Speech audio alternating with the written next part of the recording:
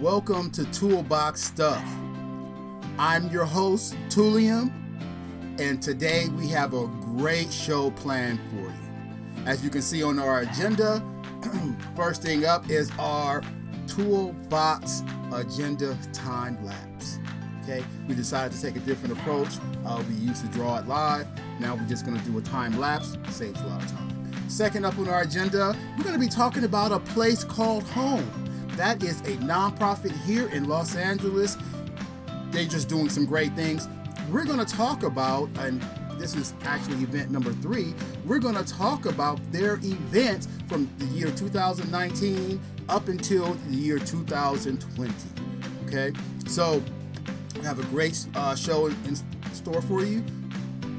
Thank you for showing up, and let's get into it. Hi, I'm Tullium, like I said. This is Toolbox Stuff. We're talking about a place called home. Let's get into it. All right, so a place called home is a nonprofit that is here in Los Angeles. It was started in 1992. It was inspired by the riots of Los Angeles, and it basically helps kids who are gang related, in need of financial support, and just don't have the things that they need to have a great and wonderful life. Okay, so let's get into what they did last year. Right. So first off, in January, they helped out the teachers.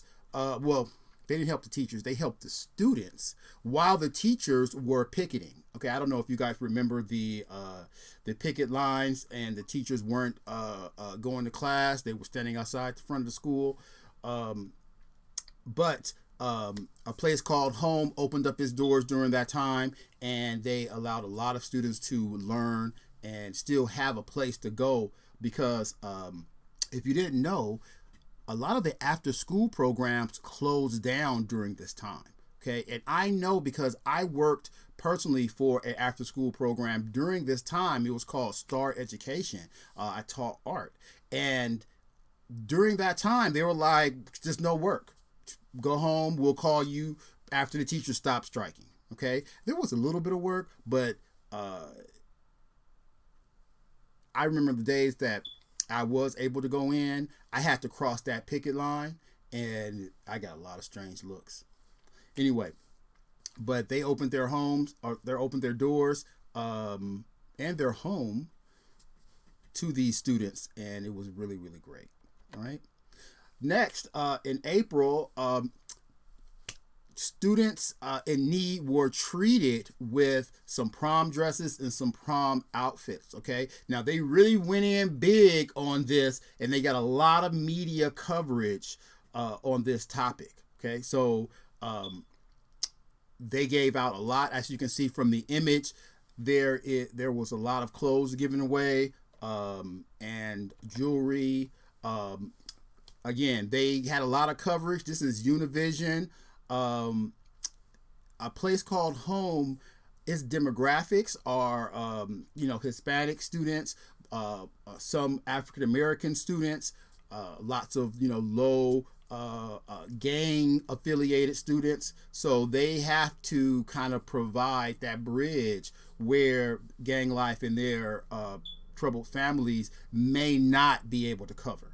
Okay, so prom dresses is an excellent way to reach out to the community, provide some happiness for some of these kids, and allow them to experience life that is empowering and inspiring. Right, going to prom is a really, really big event. I know personally, I went to 5 proms. I know. Why did I go to so many? I have every year. I was like, dude, I want to go. Who don't want to go to prom? So I went. But everybody's not as blessed as I am, okay, to be able to afford to get a tux, right? Because I always bought my own tux. A couple times I got the limo too, and when I say I got the limo, okay, it was really my mom, got the limo, and my father got the limo, got the tux, got the accessories. Also, one of the things that I did personally is I sold prom dresses during prom season. That kind of offset the financial situation just a little bit. I basically sold my mom's old party dresses because she was like, she was like kind of done with her partying days, but she had a whole bunch of just really, really nice dresses that I ended up selling to more financially available students. All right, let's continue. So they had a health and garden expo in May, okay, and it gave members of the community lessons on being healthy, from new recipes to learning about cultural events. Now, this right here is very, very important, because if you didn't know, South Central was in what's called a food desert. So that means that quality food is really, really difficult to obtain. Okay, so what's easy to obtain is food that's really not good for you.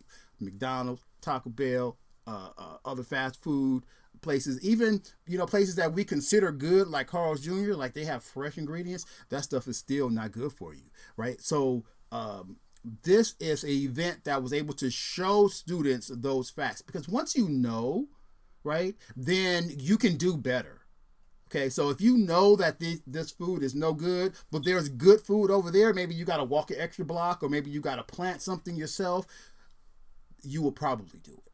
Okay, and so that's what that event was all about. Next, they have what a lot of nonprofits do is give school supplies when it's school time.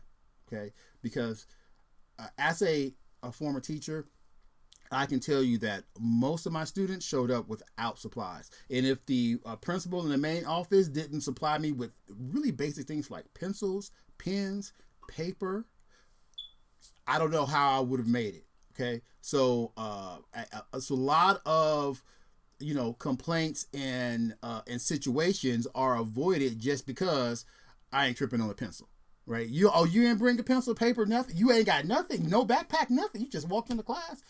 I got you. Go ahead and have a seat. Here go your pencil. Here go your paper. Here go an extra book. We provided a lot of stuff for our students at the last school that I work at, really at all the schools that I worked at, because that was really one of the first things that I noticed. Because me going into teaching, I was very scholastic. Like I always had paper and pencil and stuff like that. My mom made sure I had all that stuff, right? But everybody's mom doesn't do that. So here's an event where they gave backpacks, school supplies back to needy students. All right. So their executive director, and I'm going to try to get this name correct, Jonathan Zeichner. Okay. He was interviewed. And he was interviewed by Channel 35, and he talked about how the nonprofit was founded and kind of what their mission is. And really, in a nutshell, their mission is to take gang affiliated and kids that are in this LA area where it's very, very heavy with negative influences, and just provide a place where they can just go and be positive. All right. So they do have some celebrity endorsements. Eva Longoria teamed up with a place called Home, and she was very articulate in this particular interview, and it's very beautiful. She's fly. I'm just impressed with her just all the way around. Might end up doing a portrait of her maybe in the next week or so. So look for that in future episodes. Okay. So, but she teamed up with a place called Home, and she's specifically targeting the female population of disenfranchised youth. And she has a mentorship program. And if you watch the interview, she's very articulate. And she definitely is not one of these airhead celebrities that just, either they throw their money at dumb things or they don't do anything at all. She has a focus. And if I can paraphrase her, she said her life's mission, okay, is to help out these kids. Okay, so that is something that she's taking very, very seriously, and I really respect her for that. Let's move on. All right, so they had a 3rd annual Comic Art and Literacy Expo. Now, you know I got excited when I seen this, right? Because that's all I do is read comic books and talk about comic books. You can see I have a couple books here myself. Boom. Lots and lots of books. You can see the toys in the background. I'm really into that. Okay. But they had that back in October. Now, this past October, they didn't have it, of course, because of the pandemic and the lockdown. Okay. But I will be following up with a place called Home and find out when they're bringing this particular event back, because I'm definitely going to be involved in some kind of way in the next Comic Art and Literacy Expo. Even if it's just, I'm just stepping in the door, looking around. Okay. And it'll probably be an episode. All right, let's move on.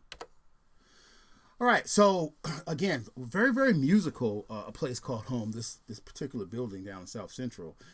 In this article from from Spectrum News 1, mentees learn to prepare a life by playing drums. Okay.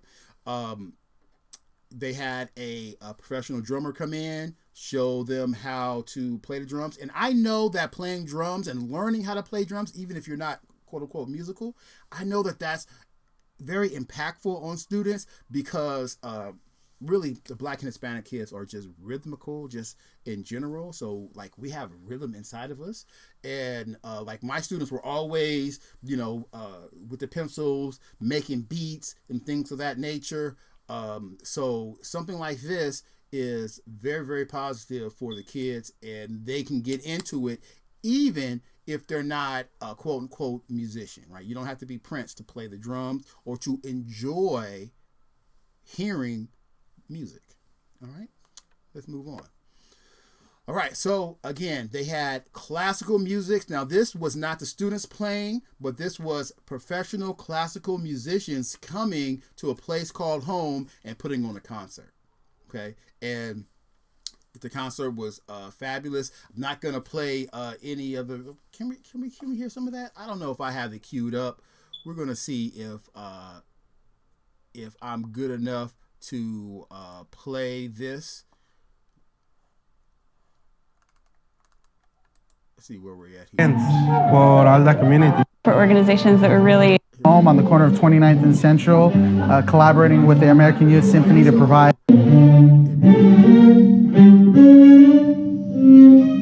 We're here at a. That's enough of that. All right, so let's move on. Again, music is very, very important to the youth. So thank you so much for tuning in to a Toolbox Stuff, and thank you to a place called Home for allowing me to do this video and for allowing me to represent them in my digital marketing class at Thinkful. Okay, because I had to call and ask permission, and they said yes. Okay, they also said that I couldn't contact anybody else, but again, they provided me with so much information that I didn't even have to talk to anybody, right? Like, it's great. And I'm pretty sure that when I send my final project back to them, I think it's going to be a thumbs up. We do have some commenters. Thank you, Basil.